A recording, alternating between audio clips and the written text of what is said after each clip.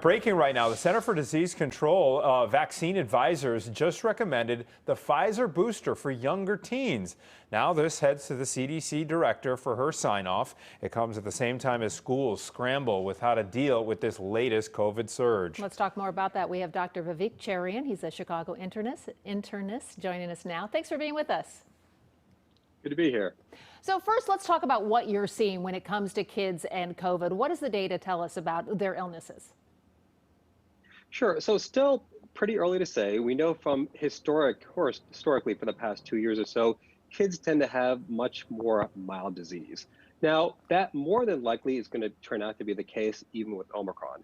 Now, we're getting more and more reports that there are lots of hospitalizations of children now, of course, not just in the Chicago area, but around the country. What we still don't have the data yet is based on how the hospitals report this.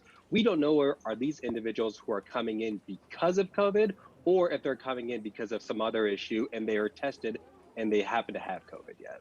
So still, time will tell.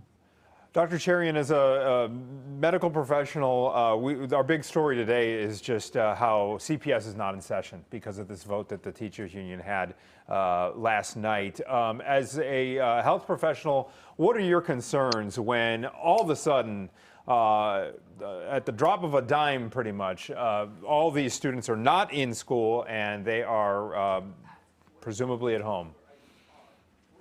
No, it's a big challenge, and I think I want to emphasize it's not just to the students, but it's also the parents and caregivers at home. So for students, we're talking about potential, physical, mental, emotional distress that comes from just being home all the time. So the question then ultimately is, what is the best step moving forward? So while you're home, I would encourage your kids to be as physically active as possible.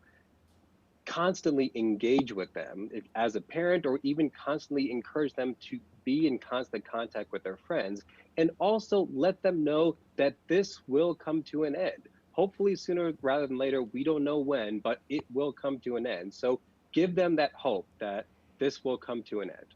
You say that, but remember when this whole thing started, we all were like, okay, we're going to go home for 2 weeks. That's it. And now, Right. CPS is talking about maybe taking a remote for 2 weeks. So my daughter's response last night was, yeah, right. So how do you talk to them about that? How do you talk to like a teenager, younger kids about that? Because it kind of seems like this could go on and on.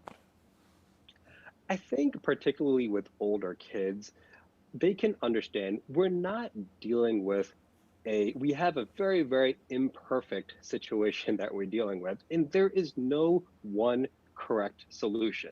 And I think for the most part, especially older children will understand that. If there was one clear decision to make, there would never be any controversy. We would just do this and the pandemic would already be over. But it's simply not that simple. And we're also dealing with a virus that's constantly evolving and mutating. And remember, a few months ago, things were going pretty good. And then Delta came along. And then we thought, okay, we kind of had this under control. And now all of a sudden, Omicron came along. So in the end, if you have an imperfect situation, you just try to respond as best as you can. All right, Dr. Vivek Cherian, we appreciate your time and perspective this afternoon. Thank you.